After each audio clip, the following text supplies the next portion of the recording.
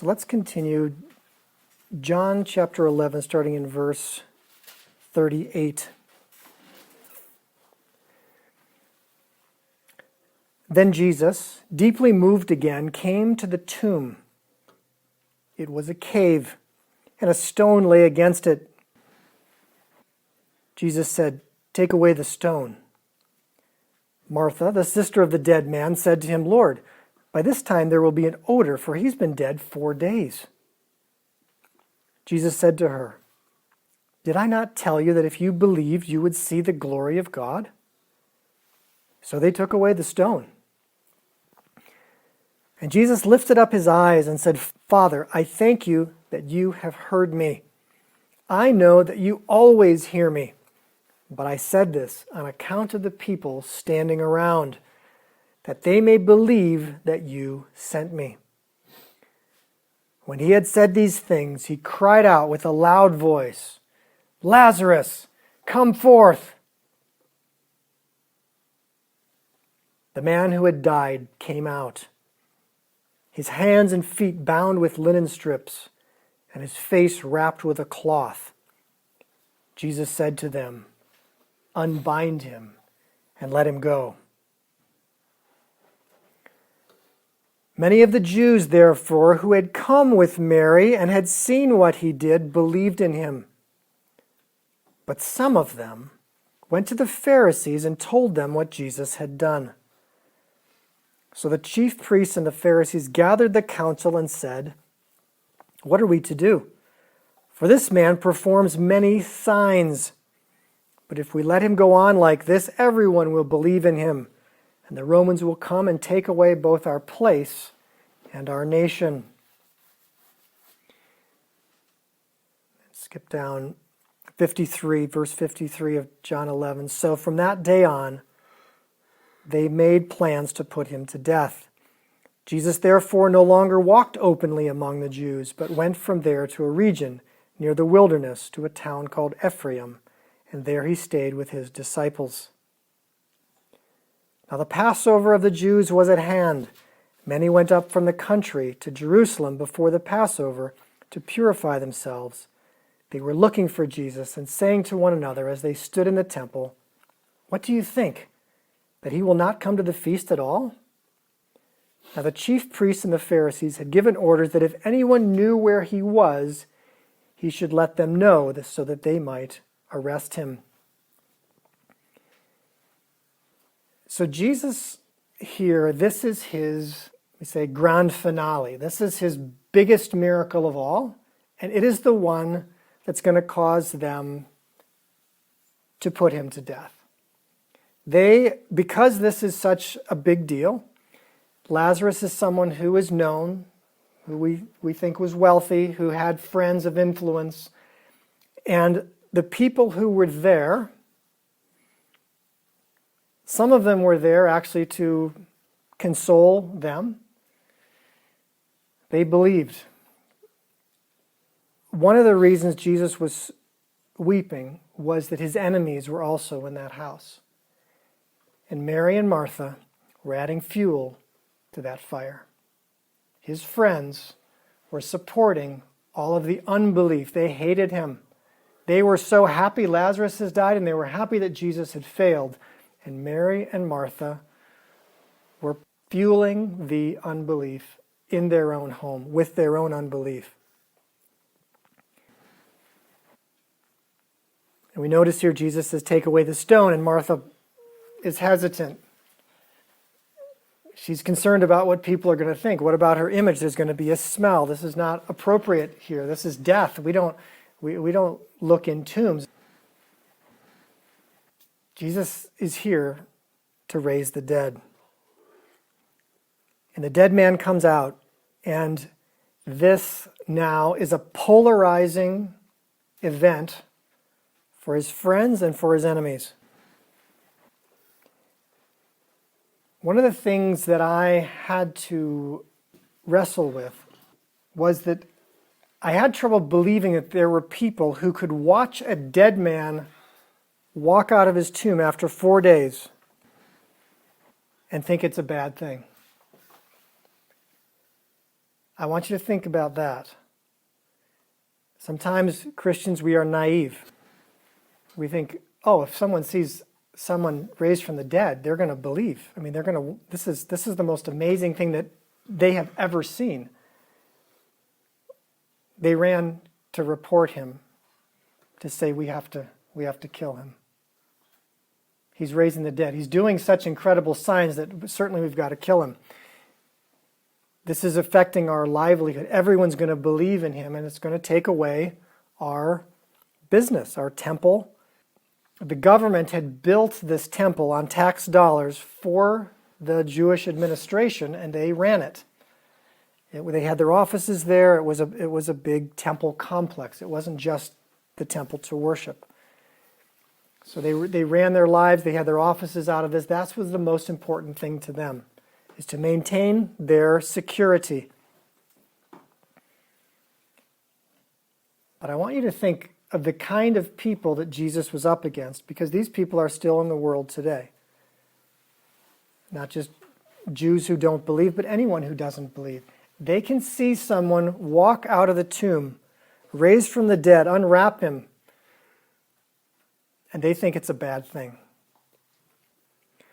What kind of faith do you need, or what kind of wisdom do you need to deal with people who think that good is actually evil?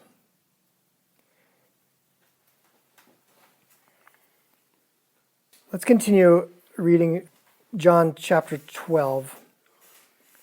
6 days before the Passover, Jesus therefore came to Bethany, where Lazarus was, whom Jesus had raised from the dead. So they gave a dinner for him there. Martha served, and Lazarus was one of those reclining with him at the table. Mary therefore took a pound of expensive ointment made from pure nard, and anointed the feet of Jesus, and wiped his feet with her hair. The house was filled with the fragrance of the perfume. But Judas Iscariot, one of the disciples, he who was about to betray him, said, "Why was this ointment not sold for 300 denarii and given to the poor?" He said this, not because he cared about the poor, but because he was a thief, and having charge of the money bag, he used to help himself to what was put into it. Jesus said, "Leave her alone,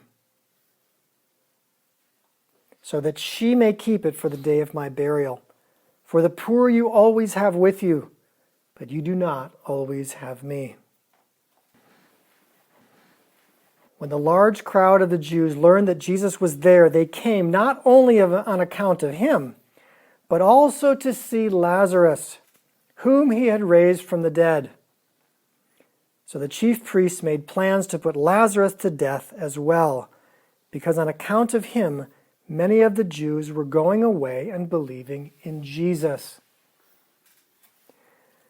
The next day, the large crowd that had come to the feast heard that Jesus was coming to Jerusalem. So they took branches of palm trees and went out to meet him, crying out, "Hosanna! Blessed is he who comes in the name of the Lord, even the King of Israel." And Jesus found a young donkey and sat on it, just as it is written, "Fear not, daughter of Zion. Behold, your king is coming, sitting on a donkey's colt." Verse 17, the crowd that had been with him when he called Lazarus out of the tomb and raised him from the dead continued to bear witness. The reason why the crowd went to meet him was that they had heard he had done this sign. So the Pharisees said to one another, "You see that you are gaining nothing. Look, the whole world has gone after him." So I read that whole stretch because I want you to see how all these pieces tie together, even with the triumphal entry. The reason the people are lining the streets at triumphal entry is because of Lazarus and because Jesus has done this miracle. Jesus has basically sealed his fate. You're going to now be with him one way or the other. Either this was a good thing, and you've got people saying, "You are the King of Israel. You are the Messiah. We believe in you." or you're going to have the Jews saying, tell the people to stop crying out. You hear what they're crying. They're calling you the Messiah. I want you to stop it. Jesus said, if they stop, even the rocks will cry out. So at this point, he's receiving this messianic title. Before then, he said, don't tell anybody. Don't tell anybody I'm the Messiah. Now he's saying, this is who I am. And now you're going to have to decide. But you see what a commotion he created by raising Lazarus from the dead. This is his big finale. And he knew it was going to be a big finale.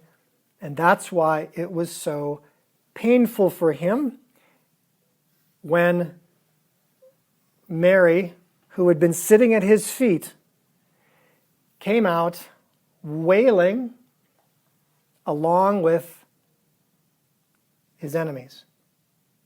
People who hated him. People were very happy he had failed. They were happy Lazarus had died. They didn't care at all about Lazarus. I mean, think about that. People had come to the funeral. When Lazarus came back, they were upset. Well, these are your friends. They're pretending to be your friends. I want you to notice what Mary does. And I want you to think now, given what I've told you about what happened and why I believe Jesus was crying, why Mary anointed his feet. What was she saying to him when she broke this very expensive, her most expensive item that she owned, worth a whole year's salary, and wipes it with her hair? What is she saying? Thank you. I'm sorry. I'm sorry, Jesus. Yeah, then thank you, but I'm sorry. I was wrong. What I did to you was wrong. I'm so sorry that I sided with your enemies and I made you cry. I'm so sorry. And she pours this on his feet. Now you see, I believe I've for many years misunderstood why she did that. Like, well, it's interesting, and he says something about his burial. Well, it's kind of a secret code or something. I don't know why she did it. Now you know. She made him cry. She doubted him. She went for the attention of her fans. She was just the young sister who wanted some attention because her brother had died. She forgot who he was. She dishonored him. Now she's honoring him and essentially dishonoring herself, wiping this stuff with her hair. And Judas picks up on it and says, hey, correct her. You shouldn't be receiving this, Jesus. Remember we spoke earlier about how free the disciples are to correct him? What is going on here? Well, at this time he steps in and says, leave her alone. She's doing a good thing. Judas, you don't care about me. She was in your spot a couple of days ago. She now has changed. She cares about me. Judas, you don't. You care about only yourself and your money. You're in this for you. She now sees who I am. Leave her alone. It's such a beautiful image. And now that we've got a little more of that backstory, I want to pause now, and I want you to imagine yourself that at some point in your life you doubted Jesus. Some point in your life you embarrassed him. You maybe sided with his enemies. You did something that was maybe shamed him. And now, even in our imagination, I want you to come and I want you to anoint his feet. Many of us don't have enough hair to wipe anything, but we can wipe it with our hands perhaps.